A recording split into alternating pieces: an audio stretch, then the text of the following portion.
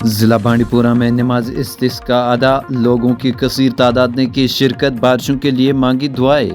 ناظرین کرام، آپ کو بتا دیں کہ آج ضلع بانڈی پورہ میں ابتر موسمی صورتحال اور خشک سالی سے نجات کے لیے نماز استسقاء کا اہتمام کیا گیا، جس میں لوگوں کی کثیر تعداد نے شرکت کر کے دعائیں مانگی۔ آپ کو بتا دیں کہ خشک موسمی صورتحال کی وجہ سے ایگریکلچر اور ہارٹی کلچر کی صنعتیں متاثر ہونے کے ساتھ ساتھ لوگوں کو بھی شدید مشکلات اور مصائب کا سامنا کرنا پڑ رہا ہے، اور کشمیر کا روایتی سرمائی سیاحتی سیزن بھی بری طرح متاثر ہو رہا ہے۔ بانڈی پورہ سے رونق ٹائمز کے لیے میر عاطف کی رپورٹ کے ساتھ میں ملک روف۔ چیزیں اگنا بند ہو جائیں گی، پینے کا پانی نہیں ملے گا،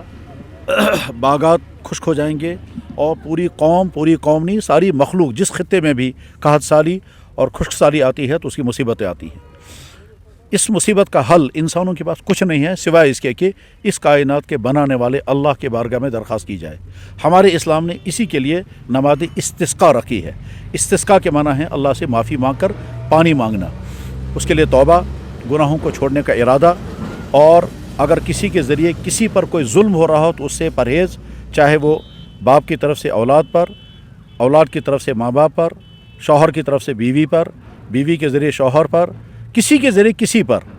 دکاندار کے ذریعے کسٹمر پر، کسٹمر کے ذریعے دکاندار پر، افسر کے ذریعے عوام پر یا کلیگوں پر یا ملازمین، جس کے ذریعے سے جو ظلم ہو رہا وہ ظلم روکیں، گناہوں سے توبہ۔ تو اور جب استغفار کے ساتھ پھر یہ نماز پڑھی جاتی ہے جو کھلے میدان میں پڑھی جاتی ہے تو اللہ تعالیٰ شانہ بارش نازل فرماتے ہیں۔ اسلامی تاریخ میں سینکڑوں نہیں ہزاروں تجربات موجود ہیں اللہ کے نبی علیہ السلام کے زمانے سے لے کر آج تک، کہ جب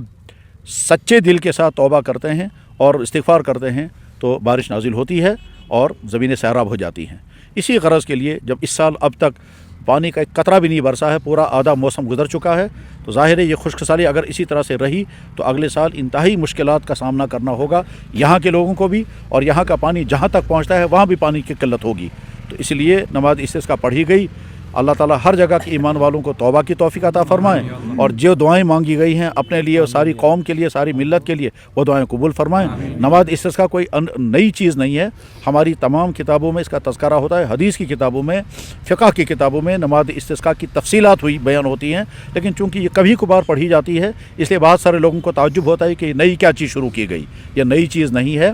ہر زمانے کے نبیوں نے اپنی قوموں کے سوال پر کہ جب وہ بارش مانگتے تھے تو اللہ سے دعا کرتے تھے، حضرت نوح علیہ السلام ہزاروں سال پہلے گزرے ہیں، قرآن میں اس کا تذکرہ ہے کہ انہوں نے اپنی قوم سے کہا استغفار کرو، اللہ تعالیٰ پانی برسائے گا اور موسیدھار بارشیں ہوں گی۔